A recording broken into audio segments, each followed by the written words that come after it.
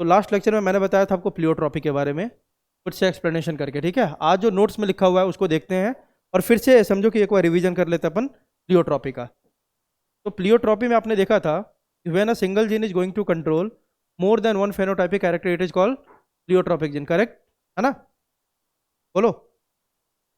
अगर एक जीन एक से ज़्यादा फिनोटाइपिक कैरेक्टर को कंट्रोल करने लग जाए वैसे जीन को अपन क्या बोलते हैं? Pleiotropic gene.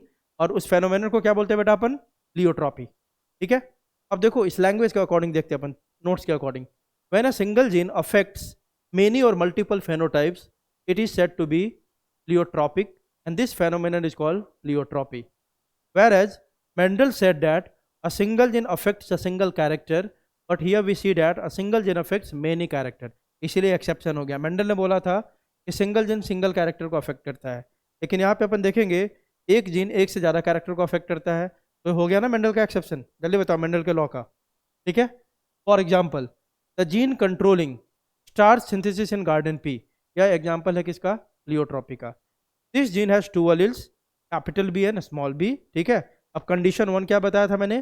पीबी होमोजाइगोट्स है ना, मतलब कि डोमिनेंट होमोजाइगस। इसमें क्या हो रहा था? Starch synthesis is efficient in homozygous condition. कौन सा होमोजाइगस? डोमिनेंट होमोजाइगस कंडीशन में, जब कैपिटल बी था। तो इसके कारण क्या हुआ? As a result large starch grain size is produce. Clear है? जब कैपिटल बी था तो ज़्यादा स्टार्च बना और ग्रेन का साइज कैसा आया? लार्ज आया। दूसरा कंडीशन हमने देखा था, कंडीशन बी, जब होमोजाइगस कंडीशन था, रिसेसिव होमोजाइगस कंडीशन, उसमें क्या था आपका? Star synthesis less efficient. उसके कारण जो स्टार्स ग्रेन का साइज हुआ कैसा बना बेटा? स्मॉल। मतलब अभी तक हमने क्या बढ़ा दो कंडीशन में कि कैपिटल बी होगा तो लार्ज स्टार्स ग्रेन होगा, और स्मॉल बी होगा तो स्मॉल स्टार्स ग्रेन होगा। क्लियर है? ठीक है। तीसरा कंडीशन हमने देखा था कि जब ये सीड मच्योर हो गया, आफ्टर मच्योरेशन क्या हुआ? जो कैपिटल बी वाला था, जो होमोजाइगस डोमिनेंट कंडीशन वाला था, उसका शेप कैसा हो गया बेटा आफ्टर मैच्योरेशन? राउंड। ठीक है। और जो स्मॉल बी मतलब रिसेसिव होमोजाइगस था, वह कैसा शेप में हो गया? रिंकल्ड। ठीक है। और क्या देखने को मिला? ये क्या देख लिया हमने? राउंड और रिंकल्ड शेप देख लिया हमने। दूसरा क्या देखने को मिला? बट इन हेट्रोजाइगोट्स में देखो, मतलब कैपिटल बी स्मॉल बी में शेप कैसा आया बेटा? राउंड। लेकिन ग्रेन साइज कैसा आ गया? इंटरमीडिएट। सारा क्लियर हो गया? कैपिटल बी सिंपल सी बात अगर कर ले पूरे को समअप करके, तो समअप करके हमने क्या देखा था? एक सिंपल सा इसको अगर हम दे तो समअप करके क्या बोल सकते हैं? देखो ऐसे समअप करके बोल सकते हैं बेटा अपन, सर इसमें हुआ कैपिटल बी ये क्या हो गया? होमोजाइगस डोमिनेंट, है ना?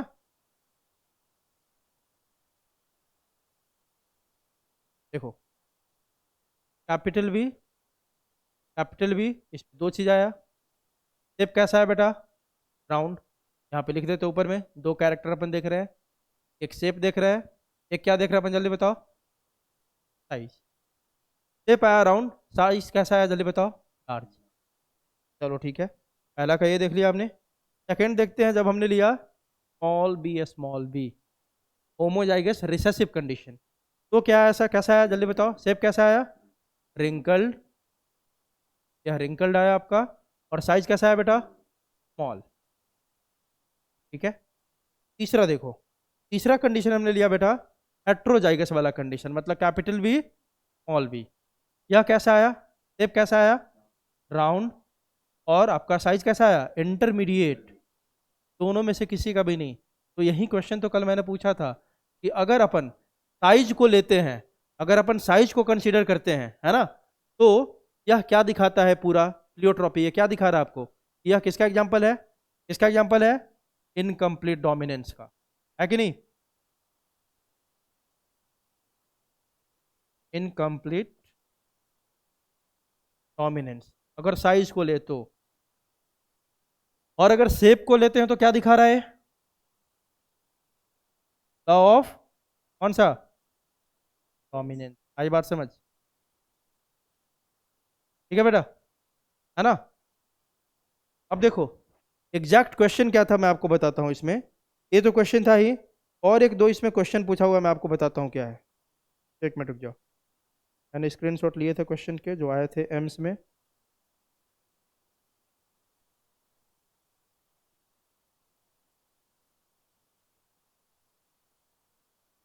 एग्जैक्ट वर्ड टू वर्ड अपन देखते हैं क्वेश्चन। हाँ देखो,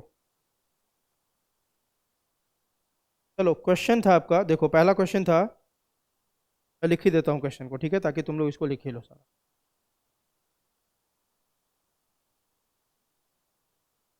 देखो क्वेश्चन क्या था।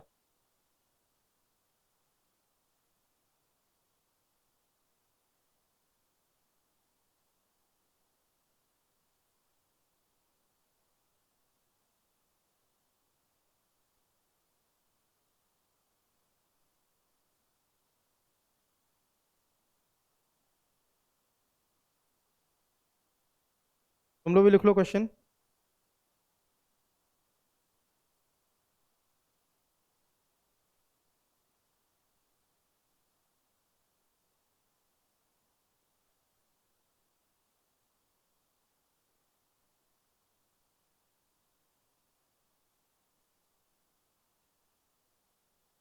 It has two alleles B and B, है ना। अब आगे क्या था, if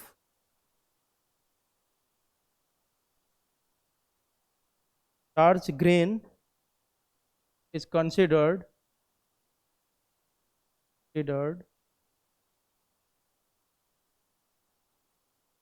as the phenotype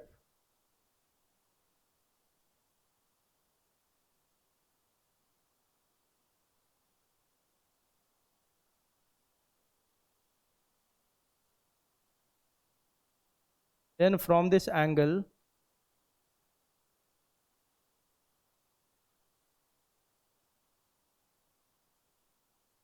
allele show, और इसमें ऑप्शन था देखो पहला,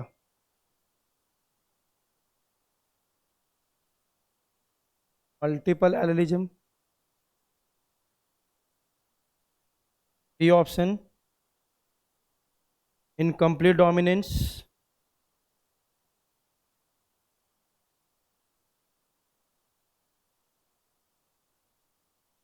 सी ऑप्शन कोडोमिनेंस,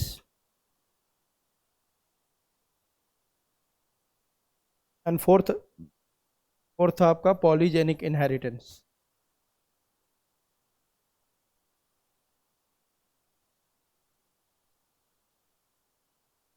ठीक है, यही क्वेश्चन था आपका। अगर स्टार्च ग्रेन को अगर कंसिडर करें फिनोटाइप, तो from this angle allele show, क्या शो कर रहा है, multiple allelism, incomplete dominance, codominance, polygenic inheritance, क्या शो कर रहा है बताओ।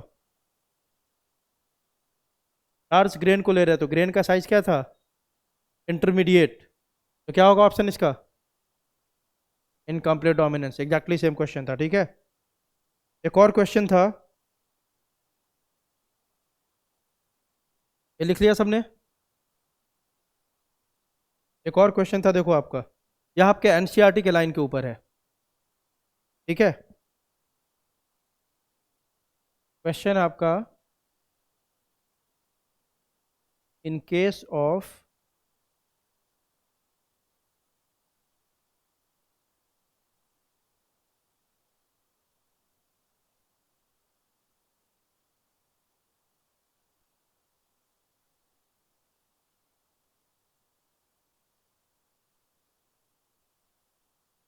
इन पी सीड्स कंट्रोल्ड बाय, लिख लो क्वेश्चन, लिखो सब।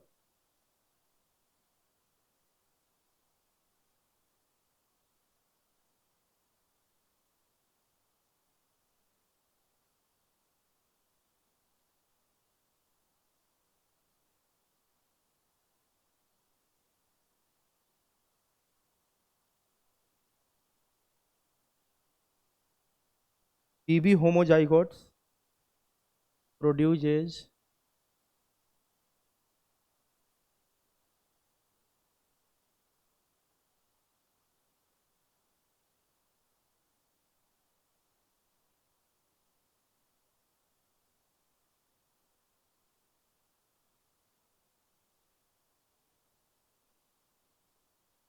ठीक है, पहला ये दिया हुआ था, दूसरा दिया था PB होमोजाइगोट्स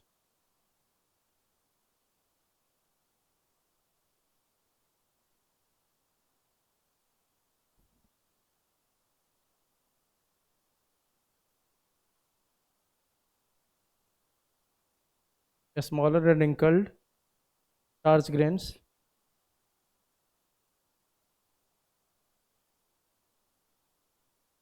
and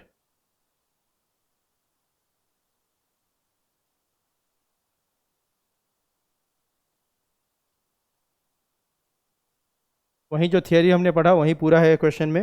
heterozygous produced round and क्या था, round and intermediate.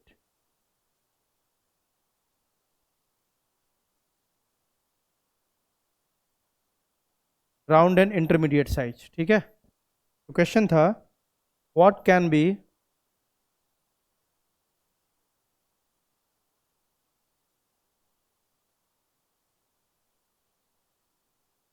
inferred from this observation.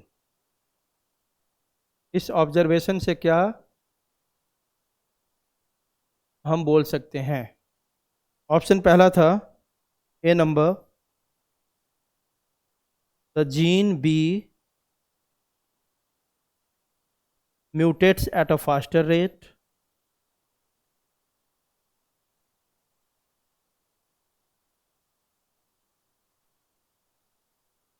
Second question था, सेकेंड ऑप्शन आपका, the gene B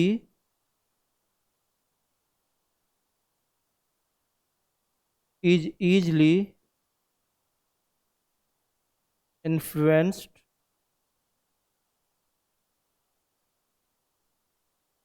by the environment। C option था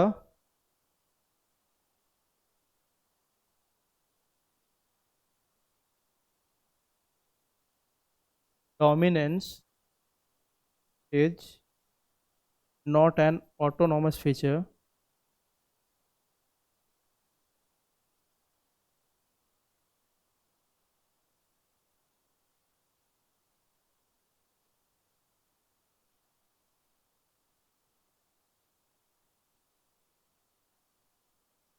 of a gene or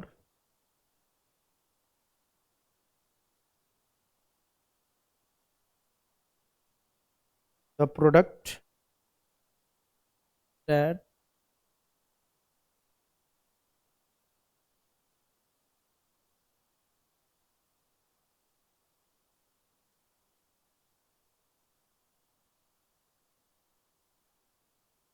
दिख रहा है सबको, ये बताओ।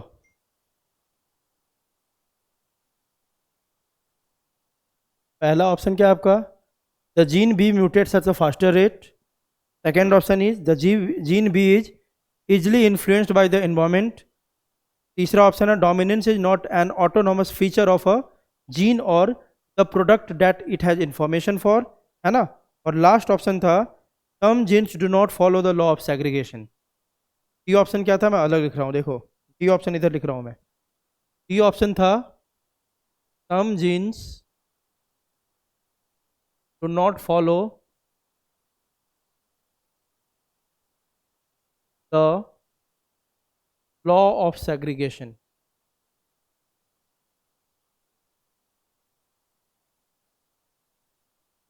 चलो,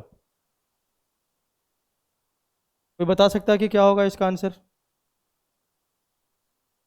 बताओ।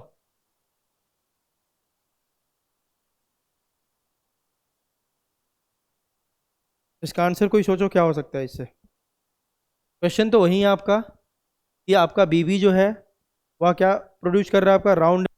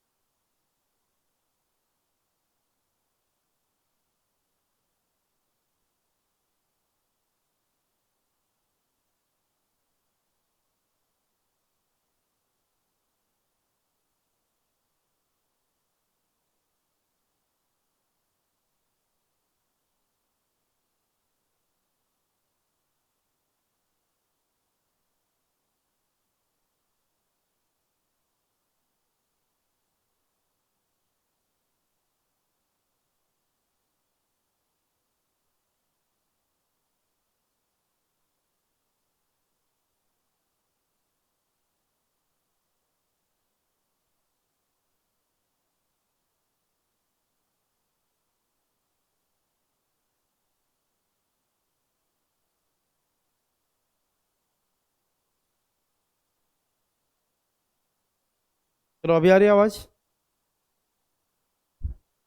चलो देखो, तो क्वेश्चन तो आपको वही है, लैंग्वेज तो आप देख ही रहे हो कि कैपिटल बी है। वह क्या बना रहा है आपका?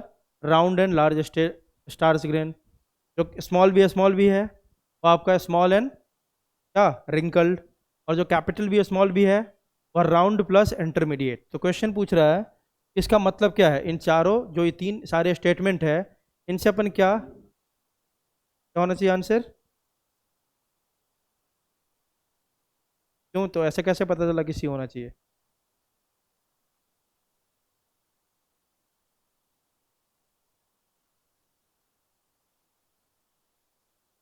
क्या गूगल से पता चला क्या? नहीं, पूछ रहा हूँ, बता। चलो, अगर अगर गूगल से पता नहीं चला तो बहुत अच्छी बात है। हाँ बेटा, इसका आंसर क्या होगा? ये होगा, देखो देख के लग रहा है। दिख रहा, dominance is not an autonomous feature of a gene. अभी तो आपने देखा कि जरूरी नहीं है कि जहाँ पे पेयर में हो वहाँ पे हर समय डोमिनेंस ही शो करे, है कि नहीं बेटा? जल्दी बताओ, है ना? कभी कभी क्या हो सकता है, इनकम्प्लीट डोमिनेंस भी हो सकता है। तो इसका आंसर क्या होगा? C number. और यह एनसीईआरटी का लाइन है।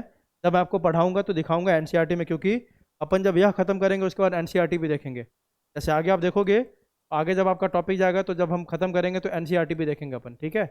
ये देखो, एनसीईआरटी का भी लगा के रखा मैंने।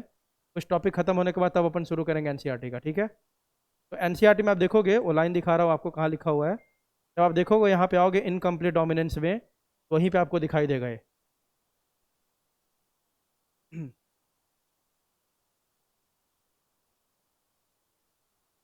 चलो, लॉ ऑफ सेग्रीगेशन आ गया, इनकम्प्लीट डोमिनेंस। इसी में आप देखोगे, इसी में वो चीज़ मेंशन किया हुआ है। ये हो गया आपको explanation of the concept of, देखो यहाँ पे इसमें एग्जांपल आपका दिया होगा, चार्ल्स ग्रेन वाला यहीं पे दिया हुआ, कोडोमिनेंस। हाँ, देखो यहाँ पे दिया हुआ है, ये दिख रहा है सब, एनसीईआरटी के सारे लाइन से है, ठीक है? आपको एक लाइन दिख रहा होगा रेड में, देखो करके रखा मैंने। Therefore dominance is not an autonomous feature of, ये सारा एग्जाम्पल वहीं वाला है आपका। देखो, occasionally a single gene product में produce more than one effect, that is pleiotropy.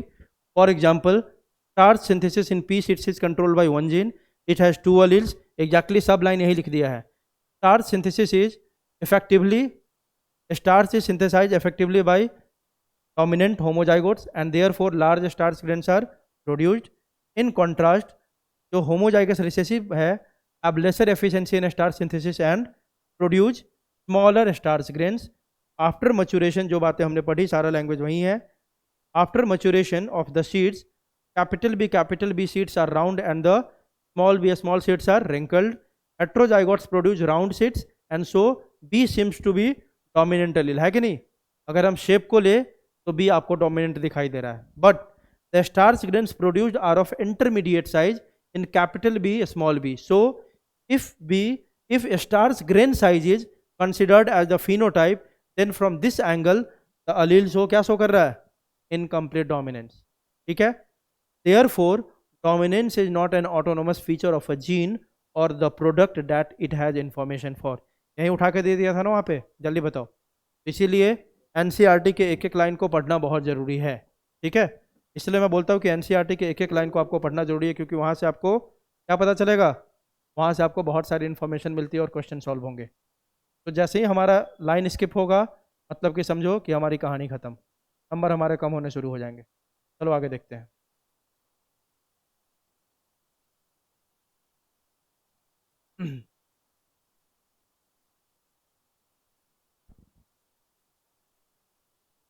तो चलो, क्वेश्चन समझ में आया कैसे पूछ सकता है यहाँ से, जल्दी बताओ। आगे देखो, तो हमने क्या किया, ये सारा कुछ देख लिया। आफ्टर मचुरेशन, जो होमोजाइगस डोमिनेंट है become round in shape and homozygous recessive becomes wrinkled in shape. But heterozygotes कैसा होगा? Round and intermediate. According to Mendel, size should be large, है ना? ठीक है, मतलब मेंडल के अकॉर्डिंग अगर देखे तो यहाँ पे इंटरमीडिएट नहीं होना चाहिए था, कैसा होना चाहिए था साइज? जल्दी बताओ। लार्ज होना चाहिए था, ठीक है? लेकिन यहाँ पे आया कैसा? इंटरमीडिएट। मतलब यह किसका एग्जाम्पल है? इनकम्प्लीट डोमिनेंस का। क्लियर है बेटा? बोलो। तो सारी बातें हो गई, बहुत बार हो गई, है ना? तो starch synthesis in garden pea is an example of pleiotropy. Condition one, यहाँ पे अगर देख रहे थे क्या, if starch synthesis is taken then the phenotype of capital B small B represents, क्या रिप्रेजेंट करेगा? Incomplete dominance. और if seed shape is considered then capital B small B represents क्या?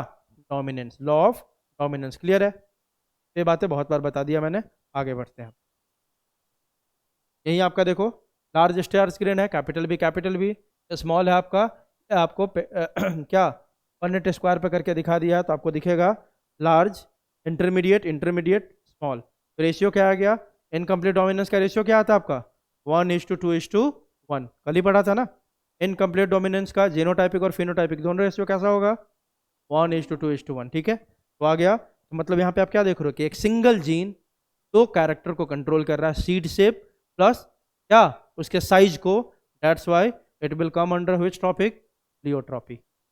ठीक है, कुछ और एग्जाम्पल है जो पूछते हैं आपके एग्जाम में प्लियोट्रॉपी के, है ना, याद रखेंगे। एक तो हो गया आपका starch synthesis in garden P, वह प्लियोट्रॉपी के अंदर आ जाता है। ठीक है, दूसरा देखेंगे सिकल सेल एनीमिया। सुना है नाम इसका? सुना है नाम सिकल सेल एनीमिया का या नहीं सुना है? पहली बार सुन रहे हो? बताओ। हाँ देखो, इसमें क्या होता है आपका, आरबीसी का शेप होता है ना, सिकल शेप हो जाता है। ठीक है, पढ़ेंगे अपन क्यों हो जाता है, इसी चैप्टर में पूरा सिकल सेल एनीमिया के बारे में पढ़ेंगे अपन। ये होता क्यों है? Cause due to a recessive gene. अब आप समझ गए रिसेसिव किसको बोलते हैं, डोमिनेंट किसको बोलते हैं। तो यह बीमारी किस जीन के कारण होता है हमारे बॉडी में? जल्दी बताओ। रिसेसिव जीन के कारण होता है। ठीक है, इसका डिटेल बाद में देखेंगे। यह भी आता है प्लियोट्रॉपी के अंदर, बस इतना समझो अभी। ये एग्जाम्पल है प्लियोट्रॉपी का, इसी चैप्टर में पूरा डिटेल में देखेंगे सिकल सेल एनीमिया। अगला एग्जाम्पल प्लियोट्रॉपी का, इन ड्रोसोफिला व्हाइट आई म्यूटेशन। इसी में लिंकेज जब पढ़ाऊंगा तो आपको बताऊंगा ड्रोसोफिला में दो टाइप के आई देखने को मिला। आई कलर मतलब एक व्हाइट आई एक रेड आई, है ना। यहाँ बात हो रहा है व्हाइट आई का। देखो, in Drosophila white eye mutation leads to depigmentation of various other body parts, है ना। देखा गया कि जो ड्रोसोफिला में है उसके व्हाइट आई में म्यूटेशन हुआ। अब म्यूटेशन किसी जीन के कारण हुआ होगा, जल्दी बताओ, हुआ होगा कि नहीं? एक जीन के कारण, जो व्हाइट आई में जो म्यूटेशन करवाया, उसी जीन के कारण क्या हो गया, उसके बहुत सारे बॉडी पार्ट का डीपिगमेंटेशन हो गया। पिगमेंट ही उसके स्किन के हट गया, बॉडी पार्ट्स के हट गए। तो एक जीन जो व्हाइट आई म्यूटेशन करवा रहा है, सेम जीन क्या करवा रहा है? देखो तो क्या करवा रहा है? डीपिगमेंटेशन। तो हो गया ना प्लियोट्रॉपी का एग्जाम्पल, जल्दी बताओ, बोलो, है ना। Single gene affecting white eye mutation and depigmentation, दोनों कर रहा है। आगे देखो तीसरा एग्जाम्पल आपका, ये सब पढ़ेंगे इसी चैप्टर में। इनफिनाइल कीटोन्यूरिया एक कंडीशन, बीमारी है एक हमारे बॉडी में। ठीक है, phenylketonuria the gene responsible for, एक जीन होता है जो एक एंजाइम सिंथेसाइज करता है, उसका नाम है फिनाइल एलानिन डीहाइड्रोक्सिलेज। अब एंजाइम है तो एंजाइम के लिए कोई ना कोई जीन होगा कि नहीं, जल्दी बताओ, होगा ना। हमारे बॉडी में कुछ भी बनता है, सब कौन बनाता है? जीन। तो इस एंजाइम के लिए भी कोई जीन होगा। तो यह नॉर्मल कंडीशन में यह जीन जब हमारे बॉडी में होता है तो वह एक एंजाइम का सिंथेसिस करता है, उस एंजाइम का नाम है फिनाइल एलानिन डीहाइड्रोक्सिलेज। अब मान लो इस जीन में म्यूटेशन हो गया, तो क्या यह एंजाइम का सिक्रीशन होगा? क्या नहीं होगा, है ना। वही लिख रहा है, the gene responsible for synthesis of an enzyme called phenylalanine dehydroxylase gets mutated, है ना। अब एंजाइम बनेगा नहीं ये वाला। It leads to mental retardation, depigmentation of skin and hair. आपके हेयर का डीपिगमेंटेशन हो जाएगा, स्किन का डीपिगमेंटेशन हो जाएगा, मेंटल रिटार्डेशन हो जाता है, प्लस ये एंजाइम भी नहीं बनेगा। तो देखो, तो एक ही जीन है, केवल यह एंजाइम नहीं बना तो बहुत सारे कंडीशन हो गए कि नहीं क्रिएट आपके में। Depigmentation of skin, depigmentation of body, है ना, मेंटल रिटार्डेशन। तो single gene is affecting more than one phenotype, that's why it will also come under which topic? Pleiotropy. Clear है बेटा? चलो अब देखते हैं कॉन्सेप्ट ऑफ डोमिनेंस। जो यहाँ पे हम पढ़ रहे थे कि भाई ये कैपिटल टी है, स्मॉल टी है। अब ये कैपिटल टी को हम डोमिनेंट बोल दिए, इसको रिसेसिव बोल दिए। इसके लिए सीधा क्या पढ़ लिए, या क्योंकि अपने आप को एक्सप्रेस कर रहा है इसलिए क्या बोल दिया इसको? डोमिनेंट। दूसरा वाला अपने आप को एक्सप्रेस नहीं कर रहा तो उसको बोल दिया रिसेसिव। ये सही बात है, लेकिन कैसे ये अब हम पढ़ रहे हैं, अब हम जान रहे हैं तो बोल दिया। सबसे पहले कुछ तो इसका एक्सप्लेनेशन आया होगा ना कि क्यों इसको डोमिनेंट बोल रहे हैं, क्यों इसको रिसेसिव बोल रहे हैं। वही अपन कॉन्सेप्ट देखने जा रहे हैं एनसीईआरटी के पूरे लाइन से, है ना। Explanation of the concept of dominance, कि कैसे अपन डोमिनेंट बोल दिया और कैसे रिसेसिव है। मान लो कि हमने शुरुआत किया हमेशा कैपिटल टी, ये कैपिटल टी स्मॉल टी में कैसे कन्वर्ट हो गया, आ रही बात समझ? कैसे वो रिसेसिव हो गया वह देख रहे हैं अपन। देखो, डिप्लॉयड ऑर्गेनिज्म है 2 कॉपीज ऑफ ईच जीन, पक्की बात है, एक मदर से आएगा एक फादर से आएगा। और अभी बता दिया एक जीन के कितने अलील होंगे हमारे अंदर, मोस्टली 2 होंगे, ठीक है, तो पेयर में होता है। अलील्स में भी आइडेंटिकल, आप जानते हो 2 टाइप के अलील हो सकते हैं, या तो कैपिटल टी हो सकता है, या कैपिटल टी मतलब हो सकता है ना होमोजाइगस हेटेरोजाइगस कंडीशन दोनों हो सकता है। अब देखो one of them may be different due to mutation which modifies the information carried by that particular gene. अब देखो कैपिटल टी है, कैपिटल टी स्मॉल टी है। अब एक हो सकता है कि अलग इंफॉर्मेशन, मतलब शुरू में दोनों कैपिटल टी किसके लिए है, टॉलनेस के लिए है, कैपिटल टी स्मॉल टी भी किसके लिए है, टॉल के लिए है ना। अब मान लो कि 2 जीन है, वह सेम इंफॉर्मेशन कैरी कर रहा था, लेकिन दूसरा वाला जो है वह थोड़ा अलग इंफॉर्मेशन कैरी करने लग गया। कैसे करने लग गया होगा, क्योंकि उसमें क्या हो गया होगा, जल्दी बताओ, कहीं ना कहीं क्या हुआ होगा, कुछ म्यूटेशन हो गया होगा। तो देखो वन ऑफ देम मतलब जो पेयर ऑफ अलील है उसमें से किसी एक में हो सकता है कि म्यूटेशन हो जाए, और म्यूटेशन होगा तो पक्की बात है वह जो इन्फॉर्मेशन कैरी कर रहा है उसमें भी मॉडिफिकेशन हो जाएगा, होगा कि नहीं होगा। अब आगे देखो, अब इसको एग्जाम्पल से समझते हैं। Suppose their is a normal gene, एक नॉर्मल जीन है और ये एक नॉर्मल एंजाइम बना रहा है ना। मान लेते इसको ऐसे समझो, एक जीन है, ध्यान देना, उस जीन का नाम है एक्स, वह एक एंजाइम बना रहा है, उस एंजाइम का नाम है वाई। और एंजाइम किसके ऊपर जाके एक्ट करता है, जल्दी बताओ, सबस्ट्रेट के ऊपर। एंजाइम किससे बाइंड करता है, जल्दी बताओ, सबस्ट्रेट से। तो मान लेते हैं एक्स एक जीन है, वह एक एंजाइम बना रहा है वाई, और यह एंजाइम जाके किस सबस्ट्रेट को कैटालाइज कर रहा है, किसके साथ बाइंड कर रहा है, एक सबस्ट्रेट है उसका नाम क्या रख दिया हमने, जेड। एक्स जीन वह एक प्रोडक्ट बनाया वाई, है ना, वाई क्या है आपका एंजाइम, और जेड एक क्या है सबस्ट्रेट जिसके ऊपर यह एंजाइम काम करेगा। नॉर्मल जीन की कहानी होगी, तो यही लिख रहा है suppose there is a normal gene producing a normal enzyme responsible for catabolism of a particular substrate. तो मान लेते कोई सबस्ट्रेट जेड है, उसको कैटाबोलाइज करता है ए एंजाइम वाई, जिसको कौन प्रोड्यूस कर रहा है, जीन एक्स, ठीक है। अब देखो मॉडिफाइड अलील जिसमें म्यूटेशन होगा, मॉडिफाइड अलील किसको बोलेंगे, जिसमें म्यूटेशन हो गया, तो बोल सकते हैं ना मॉडिफाइड अलील है वो। तो मॉडिफाइड अलील क्या क्या हो सकता है, 3 कंडीशन कर सकता है। मान लो ये 2 था, इसमें म्यूटेशन हो गया, पेयर में था इसमें म्यूटेशन हो गया, अभी म्यूटेशन होने के बाद ये 3 काम कर सकता है। पहला कंडीशन क्या हो सकता है, इसमें म्यूटेशन हुआ फिर भी ये नॉर्मल जीन अभी तक क्या है, यह जीन म्यूटेशन हुआ फिर भी अभी नॉर्मल प्रोडक्ट बना रहा है, मतलब एंजाइम कौन सा बनाया जा रहा है, वाई बनाया ही जा रहा है ना। बात समझ में आ रही है। दूसरा कंडीशन क्या हो सकता है, यह एंजाइम बना तो रहा है लेकिन वह एंजाइम में फंक्शनल नहीं है, ऐसा हो गया नॉन फंक्शनल, हो सकता है ना। देखो ध्यान से देखो, इसमें म्यूटेशन हो गया इस अलील में, ये मतलब मॉडिफाई हो गया। अब ये मॉडिफाई अलील 3 काम कर सकता है। नॉर्मल में क्या कर रहा था, नॉर्मल में एक एंजाइम बना रहा था उसका नाम क्या था, वाई, यही ना। नॉर्मल जब था तो एक एंजाइम बना रहा था उसका नाम था वाई, इसको ऐसे समझो ना, चलो बता रहा हूँ। देखो मैंने एक जीन लिया, कौन सा, जीन का नाम हमने ले लिया क्या बेटा, एक्स, ओरिजिनल है, ठीक है। यह एक एंजाइम बना रहा है, एंजाइम का नाम क्या है, वाई, और यह वाई किसके ऊपर जा रहा है, एक सबस्ट्रेट के ऊपर जाके एक्ट कर रहा है, उसका नाम क्या है, जेड, नॉर्मल है। अब इस नॉर्मल जीन में क्या हो गया, क्या हो गया इसमें, मान लो, बताओ, म्यूटेशन, बताओ क्या हो गया, म्यूटेशन हो गया। म्यूटेशन के बाद अब क्या, अब इधर बोल सकते हैं कि अब ये जो था आपका ओरिजिनल था, अब कैसा हो गया, ये मॉडिफाइड हो गया, जल्दी पता, चलो मॉडिफाइड एक्स लिख दिया मैं, ठीक है, क्योंकि उसमें क्या हो चुका है, म्यूटेशन हो चुका है। अब ये 3 कंडीशन हो सकता है। पहले नॉर्मल एंजाइम आपका सेक्रेट कर रहा था वाई, ये अभी क्या क्या कर सकता है 3, पहला क्या हो सकता है, अभी भी यह नॉर्मल एंजाइम का सेक्रेशन कर रहा है, म्यूटेशन के बाद भी नॉर्मल एंजाइम बना रहा है, या जो एंजाइम है थोड़ा बहुत उसका एफिशिएंसी कम हो गया लेकिन अभी वो काम कर रहा है, ठीक है। या बोल सकते हैं लेस एफिशिएंट एंजाइम बना रहा है, क्या बना रहा है, लेस एफिशिएंट एंजाइम। मतलब क्या हो गया, देखो लेस एफिशिएंट मतलब थोड़ा सा एफिशिएंसी कम हुआ लेकिन वो एंजाइम अभी भी काम कर रहा है, मतलब इस सबस्ट्रेट को जाके तोड़ रहा है, ठीक है। आई बात समझ। तो पहला क्या हो गया, या तो पूरी तरह जैसे ओरिजिनल वाई था वैसा ही एंजाइम सेक्रेट कर दिया, या उस वाई में थोड़ा सा एफिशिएंसी कम हो गया लेकिन अभी भी वर्किंग है, वो काम कर रहा है, ठीक है। सेकंड कंडीशन क्या हो सकता है, एंजाइम तो अभी भी बना रहा है लेकिन कैसा एंजाइम बना रहा है, पूरी तरह से कैसा हो गया है, जल्दी बताओ, non functional, non functional Y enzyme, मतलब अभी भी एंजाइम बना रहा है लेकिन वो एंजाइम कैसा हो चुका है, अब जल्दी बताओ, नॉन फंक्शनल, काम नहीं कर रहा है, अब ये इसका कैटाबोलिज्म नहीं कर पा रहा है, ठीक है। तीसरा condition, no enzyme at all, ऐसा मॉडिफिकेशन हो गया कि अब यह एंजाइम बना ही नहीं पा रहा है। ये तीनों कंडीशन हो सकता है कि नहीं, जल्दी बताओ, बोलो। ये तीनों कंडीशन हो सकता है। एक में सेल अभी भी वो नॉर्मली काम कर रहा है जैसे पहले था, म्यूटेशन के बाद भी वैसे ही काम कर रहा है। दूसरा में सर अभी भी सिक्रीट कर रहा है एंजाइम, लेकिन वो एंजाइम किसी काम का नहीं है, नॉन फंक्शनल हो गया। तीसरा में एंजाइम ही नहीं बना पा रहा है। अब देखो क्या होगा। पहला कंडीशन जो था, पहला कंडीशन मॉडिफिकेशन के बाद की बोल रहा हूँ, पहला कंडीशन, इसमें अपन बोल सकते हैं कि ये मॉडिफाइड वाला किसके जैसा काम कर रहा है, ओरिजिनल की तरह ही काम कर रहा है। जल्दी बताओ, बोल सकते हैं क्या?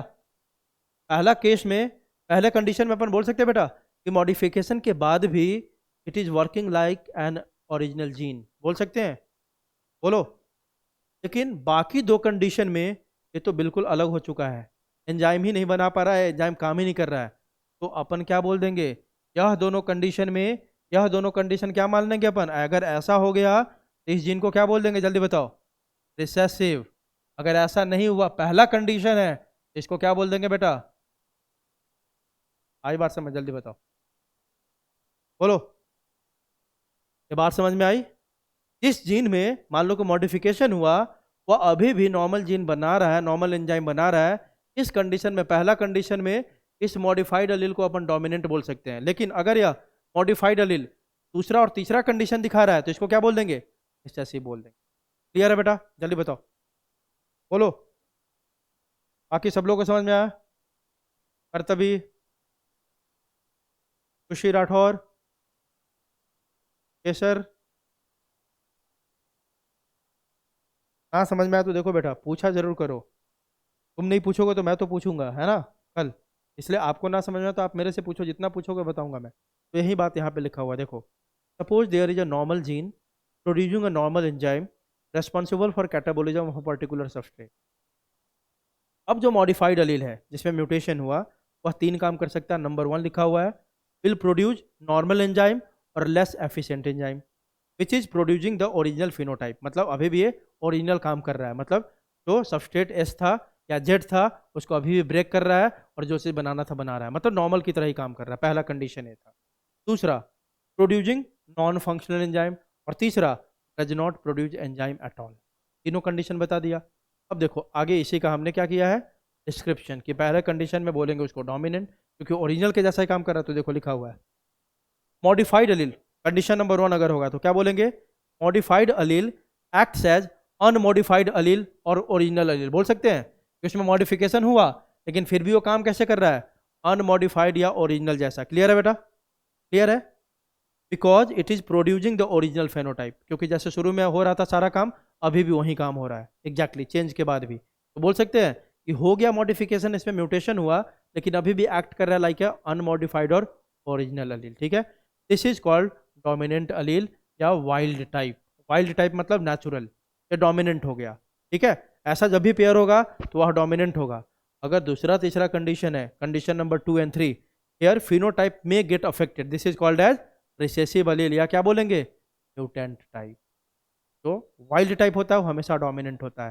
म्यूटेशन जिसमें हो गया, और ऐसा म्यूटेशन जो क्या रिजल्ट को चेंज करने लग गया, उसको बोल देंगे अपन रिसेसिव अलील। आई बात समझ, बोलो। तो कैसे हमने दो जीन के बीच में, जैसे दो जीन था, इसमें म्यूटेशन हुआ फिर भी कोई चेंज नहीं हुआ, इसमें म्यूटेशन होकर चेंज हो गया, ये अपने आप को एक्सप्रेस ही नहीं कर पा रहा, अभी तो हमने बोल दिया इसको क्या बोल देंगे, डोमिनेंट, इसको क्या बोल देंगे, रिसेसिव। तो ये बात समझ में आई कि कैसे हमने डोमिनेंट और रिसेसिव बोलना शुरू किया, बताओ। चलो, अब अगला एक बहुत ही इंपॉर्टेंट टॉपिक है। आपने पहला देखा इनकम्प्लीट डोमिनेंस, अब क्या देख रहे हैं, मोनो हाइब्रिड क्रॉस के एक्सेप्शन। ठीक है, तो पहला हमने देखा इनकम्प्लीट डोमिनेंस, दूसरा हमने देखा प्लियोट्रॉपी, और तीसरा आप क्या देखेंगे अपन बेटा, मल्टीपल एलेलिज्म। ये भी बहुत ही इंपॉर्टेंट टर्म है, और हर साल इससे क्वेश्चन एक तो उठ के आता है।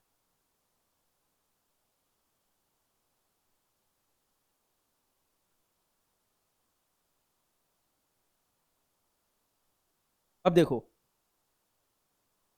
नॉर्मली हमने क्या पढ़ा है, एक जीन के नॉर्मली कितने अलील होते हैं बेटे, कितना होता है, दो, है ना। लेकिन हर जगह या मोस्टली ऐसा होता है, लेकिन हर जगह ऐसा नहीं है।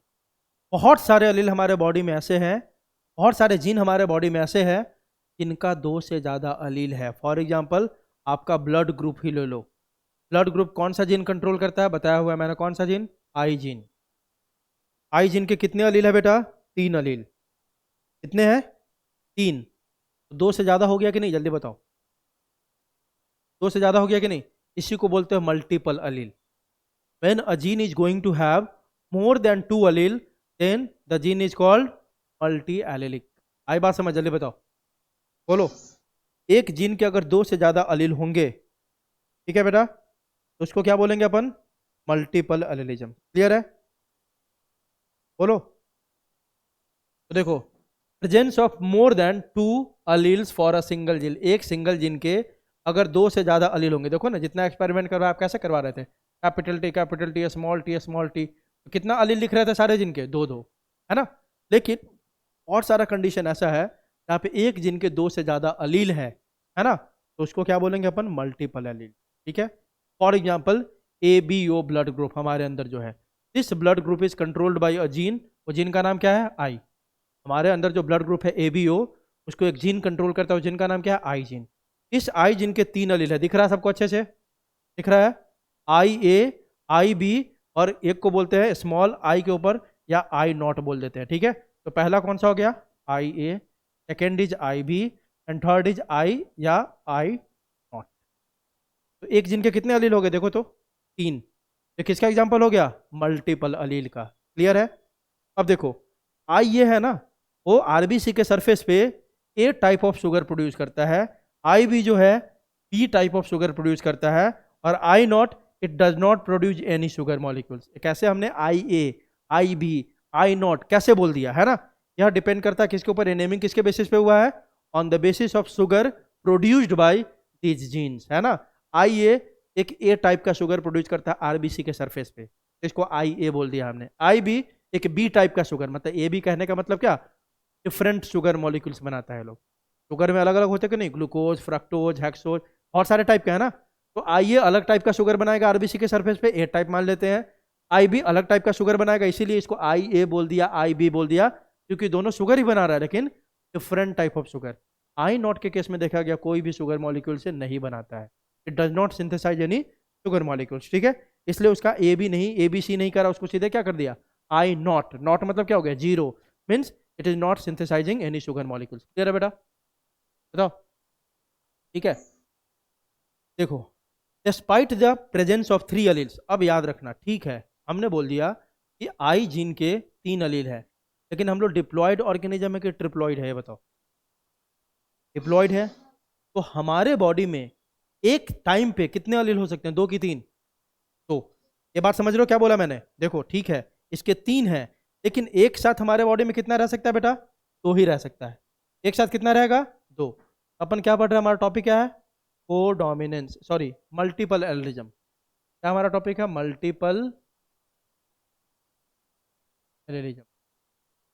का एग्जांपल क्या है? बेस्ट एग्जांपल आपका ABO ब्लड ग्रुप।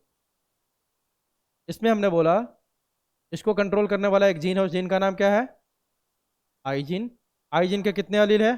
3 अलील, IA, IB, I0। कैसे नाम पड़ा? क्योंकि ये दोनों शुगर बना रहा था, है ना, और यह शुगर मॉलिक्यूल्स नहीं बना रहा था। कौन? I0। ठीक है। अब देखो, यहाँ पे देखोगे तो होता क्या है, हम लोग क्या डिप्लॉयड ऑर्गेनिज्म है ना, ये आई के 3 अलील है, लेकिन क्योंकि हम लोग डिप्लॉयड ऑर्गेनिज्म है, डिप्लॉयड मतलब हमारे बॉडी में एक साथ कितने अलील हो सकते हैं? XY कितने अलील हो सकते हैं एक साथ? 2। तो ये 3 में से कोई 2 ही एक साथ प्रेजेंट होगा। मतलब मान लो, हो सकता है IA प्रेजेंट हो सकता है IA IB प्रेजेंट हो सकता है IA I0 प्रेजेंट है 3, लेकिन एक साथ कितने कॉम्बिनेशन हो सकते हैं? जल्दी बताओ।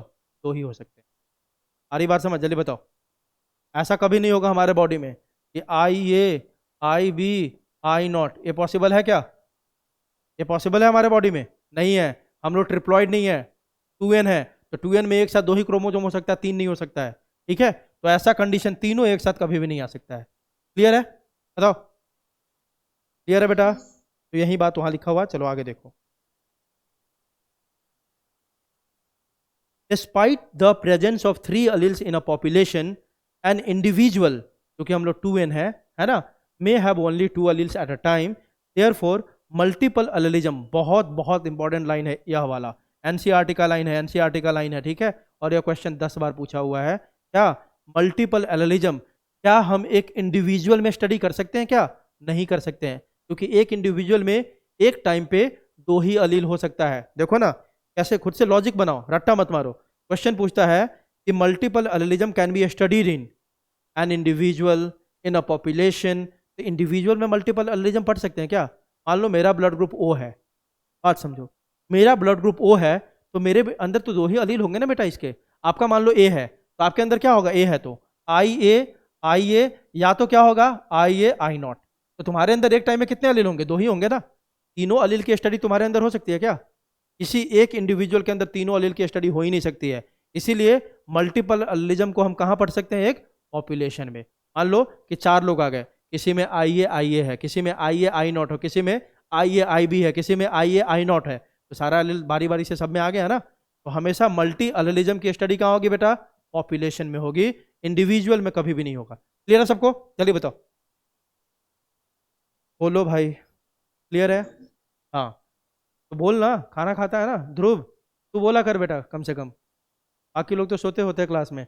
तो 4 लोग हैं ना जो क्लास में एक्टिव होते हैं, ख्याति अच्छा लगता है, ध्रुव देसाई, बाकी लोग समझते हैं, बहुत लोग इसमें, ऐसा नहीं है, लेकिन उनको बोलने से लगता है एनर्जी बचा रहे हैं। अरे थोड़ा बहुत बोलना होता है, 1.5 घंटे हम लोग कंटिन्यूस बोल रहे होते हैं, तो एटलीस्ट ऐसे बोलने से यह तो पता चलता है कि तुम्हें समझ में आ रहा नहीं आ रहा है। नहीं आ रहा होगा तुम्हारा लॉस। चलो, multiple allelism can be detected only in a population, not in an individual. Very important line बता दिया, क्वेश्चन आता है इसे बेटा। चलो आगे देखते हैं, इसको मैं थोड़ा डिटेल में पढ़ाता हूँ, को डोमिनेंस को। अब तीसरा अगला जो आपका है एक्सेप्शन क्या है बेटा? को डोमिनेंस। इसको इतना डिटेल में पढ़ाना नहीं होता, लेकिन मैं पढ़ाऊंगा। मैं जब यहाँ पे पढ़ाता हूँ तो 11th में ऑलरेडी पढ़ा दिया होगा पूरा ब्लड ग्रुपिंग, कैसे ब्लड मतलब ब्लड ग्रुप निकालते हैं अपन, कैसे पॉजिटिव नेगेटिव निकालते हैं, कैसे कौन किसको ब्लड दे सकता है नहीं दे सकता, ये सारा मैं बताऊंगा फिर से एक बार, ठीक है। तो सब किस टॉपिक के अंदर आएगा? हमारा को डोमिनेंस के अंदर, ठीक है। तो अगला एक्सेप्शन पढ़ रहे हैं अपन मोनो हाइब्रिड क्रॉस का, डेट इज को डोमिनेंस। देखो को डोमिनेंस क्या है? को डोमिनेंस मतलब हमने क्या पढ़ा था इनकम्प्लीट डोमिनेंस में? दोनों पेरेंट में से किसी का कैरेक्टर नहीं आ रहा था। को डोमिनेंस में अपन देखेंगे दोनों 50-50% इक्वल कंट्रीब्यूशन दे रहा है, इसको बोलेंगे को डोमिनेंस। जैसे को एडुकेशन क्या होता है? गर्ल्स बॉयज दोनों एक जगह पे है ना, इक्वल कंट्रीब्यूशन। एग्जैक्टली सेम यहाँ पे आपका क्या को डोमिनेंस में कि ए और बी, मान लो जैसे आपका ब्लड ग्रुप किसी का ए बी है, तो उसके अंदर कौन सा एलील होगा बेटा? आई ए आई बी। दोनों का कितना कंट्रीब्यूशन है? 50-50 इक्वल कंट्रीब्यूशन, इसको बोल देंगे ना को डोमिनेंस। जल्दी बताओ, है ना। चलो आते हैं पहले टॉपिक को देखते हैं, फिर बहुत डिटेल में इसको समझाता हूं मैं। देखो यार, both alleles express themselves equally, बता ही दिया एग्जांपल से। आई ए 50% एक्सप्रेशन, आई बी का भी कितना होगा? 50% एक्सप्रेशन, है ना। तो दोनों अपने आप को इक्वली एक्सप्रेस करेगा। यहाँ पे कोई किसी के ऊपर डोमिनेंट नहीं, पहली बात क्लियर है। तो हो गया ना एक्सेप्शन यहाँ पे भी। चलिए बताओ, यहाँ कोई किसी के ऊपर क्या है आपका? डोमिनेंट नहीं है। आगे देखो, there is no mixing of the effect of the both the alleles. ये दोनों अलील जो साथ में है कोई मिक्सिंग नहीं होगा।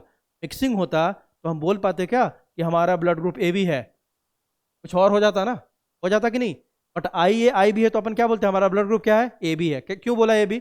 ए अपने आप को एक्सप्रेस किया 50%, बी अपने आप को एक्सप्रेस किया 50%, इसीलिए आपका ब्लड ग्रुप क्या है? A B. There is no mixing, ठीक है। नहीं तो पता चला कोई और ब्लड ग्रुप हो जाता ना, ठीक है। There is no mixing of the effect of the both the alleles, means suppose two genes producing red and white flower independently. When we mix both, then 50% red and 50% white will be there, no color in between। वही बात, 50% red होगा और 50% क्या होगा? White होगा, बीच का कोई colour नहीं आएगा, कोई मिक्सिंग नहीं होगा। चलो, hybrid progeny resembles both parent. जो F1 प्रोजेनी होगा देखेंगे अपन, किसको रिजेंबल करेगा? दोनों पेरेंट को, इक्वल 50-50%। ये क्वेश्चन पूछ लेता है हाइब्रिड प्रोजेनी को डोमिनेंस में किसको रिजेंबल करता है? तो बोथ पेरेंट को। जहाँ बोल दो ना क्वेश्चन पूछता है वहाँ पे लिख लिया कर, यहीं सब क्वेश्चन आते हैं, वहाँ पे जाके गलत करके आओगे। तो पूछता है कि को डोमिनेंस में जो F1 प्रोजेनी है किसको रिजेंबल करेगा? किस पेरेंट को? दोनों पेरेंट को, 50-50%।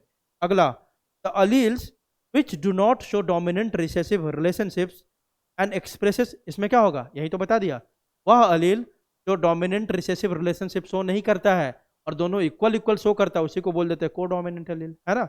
The allele which do not show dominant recessive relationship and expresses independently when present together. या दोनों साथ में है लेकिन दोनों इंडिपेंडेंट एक्सप्रेशन देगा। ए वाला बोलेगा ब्लड ग्रुप क्या होना चाहिए, ए, बी वाला बोलेगा क्या होना चाहिए, बी, तभी दोनों होता है ए बी, दोनों कंक्लूजन आके। बात समझ में आई? जल्दी बताओ। चलो आगे देखते हैं। एबीओ, इसका सबसे बेहतरीन एग्जांपल आपका ABO blood group in human beings. किसका? को डोमिनेंस। अब देखो, बोलोगे सर मल्टीपल एलिलिज्म में भी आपने पढ़ाया था यहाँ पे, बिल्कुल क्वेश्चन ऐसे ही पूछता है कि human blood group represents, option दे देगा multiple allelism, codominance, A and B both, तो दोनों। आई बात समझ? को डोमिनेंस भी दिखाता है और मल्टीपल एलिलिज्म भी दिखाता है। लेकिन अगर क्वेश्चन दोनों में से एक को सिलेक्ट करने दे दे तब क्या बोलोगे? If you have to select between multiple allelism and codominance, तब किसको सेलेक्ट करोगे? मल्टीपल एलिलिज्म को। तब किसको करेंगे बेटा? मल्टीपल एलिलिज्म को। ठीक है? ठीक है ध्रुव? चलो आगे देखते हैं, आगे देखते हैं बेटा। चलो देखो, इसमें ABO system of blood group, it has 4 blood group, है ना। हम एबीओ सिस्टम इसलिए बोलते हैं क्योंकि जो इनके टीचर थे ना, गुरुजी, उन्होंने एबीओ सिस्टम बोला था। 1 साल बाद जाके एबी ब्लड ग्रुप का डिस्कवरी हुआ था। तो रेस्पेक्ट में स्टूडेंट ने क्या बोला कि मेरे टीचर है, इन्होंने एबीओ बोल दिया है तो इसी को कंटिन्यू रहने देते हैं। ठीक है बेटा? इसलिए हमने इसको एबीओ बोला, एबीओ एबी नहीं बोला। तो एबीओ ब्लड ग्रुप क्या था आपका? इसमें 4 ब्लड ग्रुप है। एबीओ बोलते हैं इसका मतलब ये नहीं कि 3 है, 4 है। पहला ए, दूसरा बी, तीसरा ए बी और चौथा कौन सा आपका? ओ। आपको पता है 4 ब्लड ग्रुप होता है, ए होता है, बी होता है, ए बी होता है, ओ होता है। क्लियर है? देखो किसने डिस्कवर किया था इसको सबसे पहले? एबीओ 1 साल पहले हुआ था, 1 साल बाद हुआ था AB. Landsteiner discovered blood group A B and O. ये 3 किया था बस, ए बी और ओ, 1901 में। ठीक है? 1 साल बाद उनके स्टूडेंट का नाम था डी कैस्टेलो एंड स्टर्ली। 1902 में इन्होंने किसको डिस्कवर किया? कौन सा ब्लड ग्रुप? ए। ठीक है? The student of Landsteiner discovered A B group. ठीक है? तो 4 हो गए, ए बी ओ और A B. Study of blood is called क्या बोलते हैं? हेमेटोलॉजी, है ना। ब्लड के स्टडी को क्या बोलते हैं? Hematology. The process of formation of blood is called क्या बोलते हैं? हीमोपोएसिस, है ना। Hemopoiesis is the process of formation of blood. PH of blood क्या होता है आपका? Slightly alkaline, 7.4। ठीक है? आगे देखो, 2 टाइप्स ऑफ एंटीजन। अब यहां से कहानी मेन शुरू हो गई। मणिनगर वाले बच्चे तो सब जानते होंगे, बहुत अच्छे से इसको पढ़ा है आपने 11th में, है ना। 2 types of antigens are present in ABO system. जो आपका ब्लड ग्रुप है ना, वो हमेशा कौन डिसाइड करता है? हमेशा कौन डिसाइड करता है? एंटीजन। क्वेश्चन पूछता है हमारे बॉडी में, तुमको पता है एंटीजन एंटीबॉडी, बहुत लोग कंफ्यूज हो जाते हैं। याद रखने का, blood group is always decided by, कौन डिसाइड करेगा? एंटीजन। और एंटीजन हमेशा कहाँ प्रेजेंट होता है? ब्लड ग्रुप की बात कर रहे हैं अभी, ब्लड ग्रुप में। अभी जो भी बातें मैं बोलूंगा सब ब्लड ग्रुप के रिलेटेड होगा। ठीक है? जनरलाइज नहीं, ब्लड ग्रुप। जब ब्लड ग्रुप की बात करेंगे तो एंटीजन हमेशा कहाँ प्रेजेंट होता है? आरबीसी के सरफेस पे। और जो एंटीबॉडी हमेशा कहाँ होगा? हमारे प्लाज्मा में। अब ये तो बताने की जरूरत नहीं है ना, ब्लड का कंपोजिशन क्या होता है? Plasma plus cells. सेल में आरबीसी, डब्ल्यूबीसी एंड प्लेटलेट्स, है ना। तो आरबीसी, देखो ये मान लो आरबीसी है, एंटीजन हमेशा आरबीसी के सरफेस पे होगा और प्लाज्मा हमेशा कहाँ होगा? ये आरबीसी कहाँ होगा? प्लाज्मा के अंदर ही होता है ना, ये प्लाज्मा है मान लो। तो एंटीजन हमेशा आरबीसी के सरफेस पे और एंटीबॉडी हमेशा कहाँ होगा? प्लाज्मा के अंदर। आई बात समझ? ये बात सबसे पहले बेसिक याद रखोगे, antibodies in the plasma, antigen on RBC surface, पहली बात। दूसरा जो याद रखना है क्या? Blood group is always decided by, कौन डिसाइड करेगा? Blood group is always decided by, blood group is always decided by कौन? जल्दी बताओ, बोलो भाई। एंटीजन, है ना। इस बात को भी नहीं भूलना है हमें। ठीक है? अगला देखते हैं। ये 2 बात आपने याद कर लिया, लिखा भी हुआ है देखो, the blood group is always named after the name of antigen. जो एंटीजन आरबीसी के सरफेस पे होगा वही डिसाइड करवाएगा कौन सा ब्लड ग्रुप होगा। ठीक है? बता रहा हूँ इसका मतलब क्या है। चलो इसको थोड़ा अपने तरीके से देखते हैं, टाइम भी नहीं है तो अपने तरीके से बता रहा हूँ आपको, फिर आप में देखते हैं। पहले ये बस देख लो एंटीजन और एंटीबॉडी होता क्या है। एंटीजन से बहुत बार क्वेश्चन पूछा हुआ है और गलत करते हैं आप लोग। दीज आर ग्लाइकोलिपिड्स, और क्या हो सकता है? ग्लाइकोप्रोटीन। कंपोजिशन में गलती करते हैं। एंटीजेंस आर ग्लाइकोलिपिड्स और ग्लाइकोप्रोटीन। अब ग्लाइकोलिपिड बताने की जरूरत नहीं है ना, sugar plus lipid glycolipid. Sugar plus protein, glycoprotein, ठीक है। If antigens are present on RBC surface then it is glycolipids in the nature. अगर आरबीसी के सरफेस पे, ध्यान लो, मैंने अभी दो बातें बताई कि जो एंटीजन होता है या तो ग्लाइकोलिपिड्स हो सकता है या क्या हो सकता है, ग्लाइकोप्रोटीन। अगर वह आरबीसी के सरफेस पे है तब उसका नेचर कैसा होगा, ग्लाइकोलिपिड्स, ठीक है। If antigens found on surface of other tissue, RBC के सरफेस पे वो ग्लाइकोलिपिड है, और मान लो बहुत सारे टिश्यू दूसरे भी है ना जिसके पे हो सकता है आपके सरफेस पे, तो दूसरे टिश्यू के सरफेस पे अगर आपका एंटीजन प्रेजेंट है तब उसका नेचर कैसा होगा, glycoprotein. Very very important line याद रखने का, ठीक है बेटा, इतना ठीक है, जल्दी बताओ, बोलो। चलो आगे देखो, antigens are present on surface of RBC but some antigens are also present in some other tissues, for example salivary gland, sweat gland, इनके सरफेस पे भी आपको प्रेजेंट हो सकता है, ठीक है। तब इन सब जगहों पे प्रेजेंट होगा तो कैसा नेचर होगा, ग्लाइकोप्रोटीन। और आरबीसी के सरफेस होगा तो कैसा नेचर होगा, glycolipids. Antibodies, these are pure proteins, ये प्योर प्रोटीन होता है, इसमें कोई मिक्स नहीं होता है। गामा ग्लोब्यूलिन बोलते हैं उस प्रोटीन को, क्या बोलते हैं बेटा, गामा ग्लोब्यूलिन्स। जिसको देखना होगा आप जाके देख सकते हो, इसको मैंने डाला हुआ यूट्यूब पे, एंटीबॉडीज का पूरा वहां पे डिटेल, ठीक है। आगे देखो, ये कहाँ प्रेजेंट होता है antibody, antibody present in plasma. चलो अब अपने तरीके से जो भी 5 मिनट टाइम है उसमें हम डिस्कस करते हैं थोड़ा सा डिटेल में।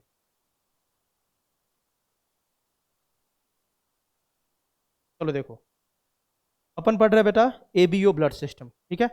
ये तो आपको 11th में पढ़ना था, लेकिन फिर भी मैं यहाँ पे बताता हूँ, यहाँ पे भी पढ़ना है आपको, लेकिन यहाँ पे पढ़ना है मेनली जेनेटिक बेसिस, कि जेनेटिक बेसिस से कैसे ब्लड ग्रुप डिसाइड होता है, लेकिन मैं सब बता दे रहा हूँ। जेनेटिक बेसिस से बताऊंगा उससे पहले देखो, एबीओ ब्लड सिस्टम अपन पढ़ रहे हैं, कैसे कैसे डिस्कवरी हुआ और सबसे मतलब नहीं, वो सब देख लिया आप। सबसे पहला पॉइंट क्या था इसमें, कि ब्लड ग्रुप कौन डिसाइड करेगा,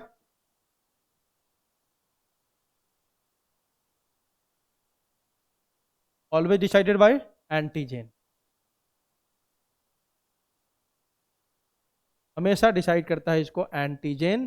तो कहाँ प्रेजेंट होगा, antigen present on the surface of RBC, present on the surface of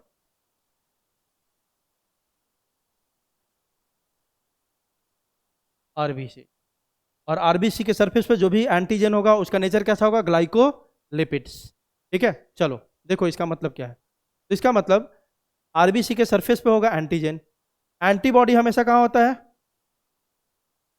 plasma में, एंटीबॉडी हमेशा कहाँ होगा, प्लाज्मा में होगा। अब अगला कॉन्सेप्ट एक समझ लो, कभी भी like antigen and like antibody एक बॉडी के अंदर नहीं हो सकते। मतलब कि मान लो कि मैंने बोला कि मेरे बॉडी के एक सेल में एंटीजन, या मेरे आरबीसी पे एंटीजन कौन सा है, ए, कौन सा एंटीजन है बेटा, ए। दो ही एंटीजन होते हैं आरबीसी के सरफेस पे, antigen A and antigen B, और भी होता है एस एंटीजन, वो सब मतलब नहीं, जो हमें समझना हो, मेनली दो टाइप के होंगे, antigen A and antigen B. तो देखो मैंने बोला कि मेरे आरबीसी के सरफेस पे कौन सा एंटीजन है बेटा, ए, है ना। और एंटीजन आपको बता दूं, एंटीबॉडी आपको बता दूं, एंटीबॉडी हमेशा किसके रेस्पॉन्स में बनता है, एंटीजन के रेस्पॉन्स में। जब तक एंटीजन नहीं होगा ना, हमारा बॉडी क्या नहीं बनाएगा, एंटीबॉडी नहीं बनाएगा, ठीक है। तो हमारे बॉडी में अगर एंटीजन ए है तो पक्की बात है, अगर एंटीबॉडी हमारे प्लाज्मा में है तो कौन सा एंटीबॉडी होना चाहिए, antibody B, antibody B.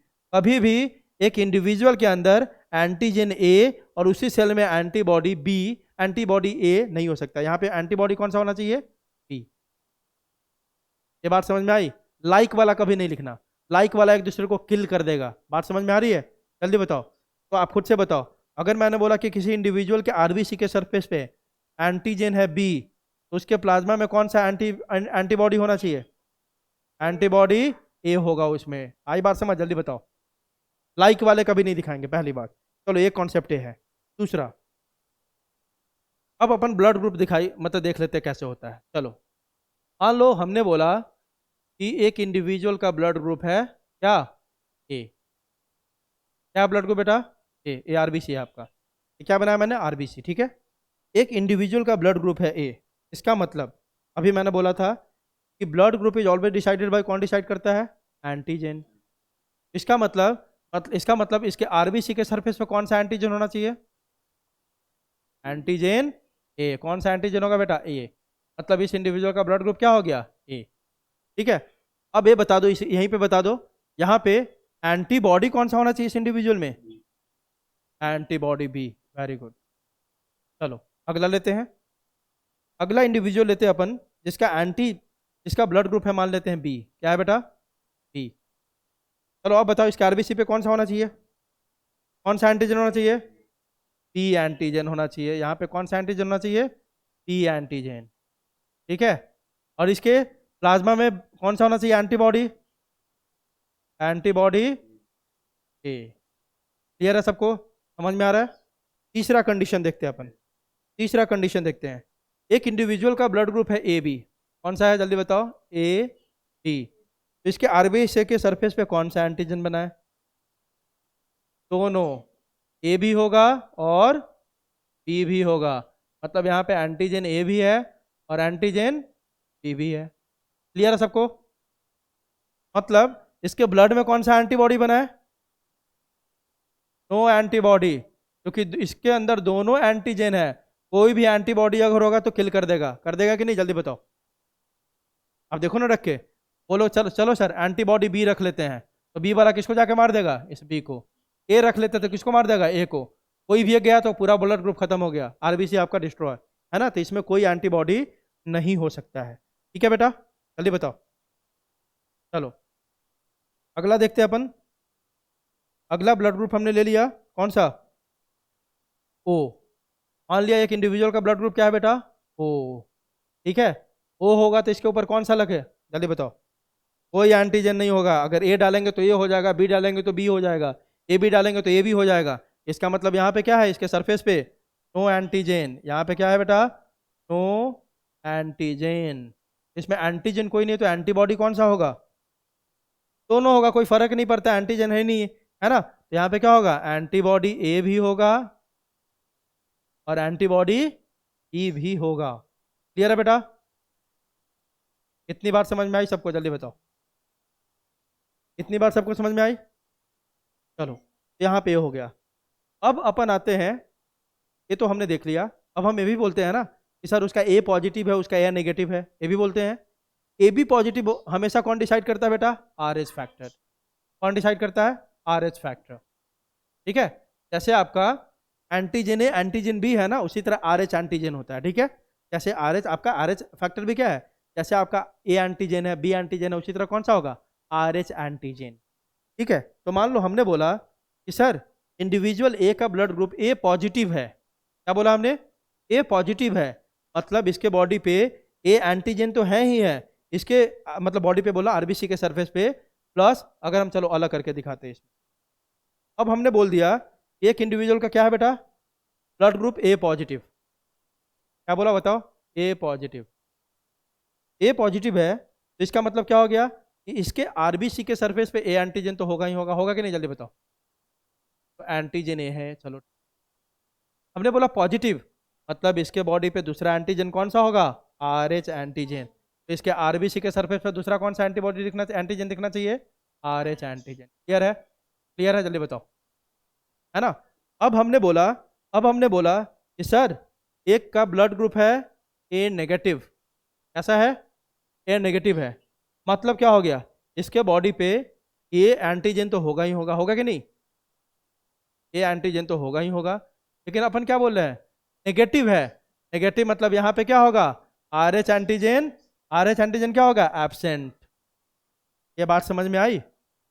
R H antigen क्या होगा यहाँ पे? एब्सेंट। तो पॉजिटिव नेगेटिव कौन डिसाइड करता है? R H.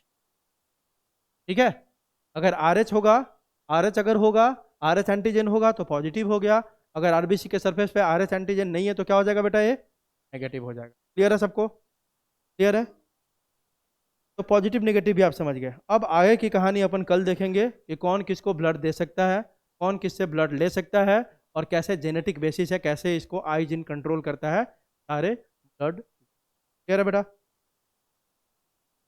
चलो तो सारे नोट्स आपको मिल चुका है। You have to revise all the notes, है ना। और जब भी क्लास में आओ पूरा प्रिपेयर हो गया हो। ठीक है। चलो ठीक है, बाय बाय। Bye bye. हाँ बेटा बोलो। बताता हूँ, एक मिनट।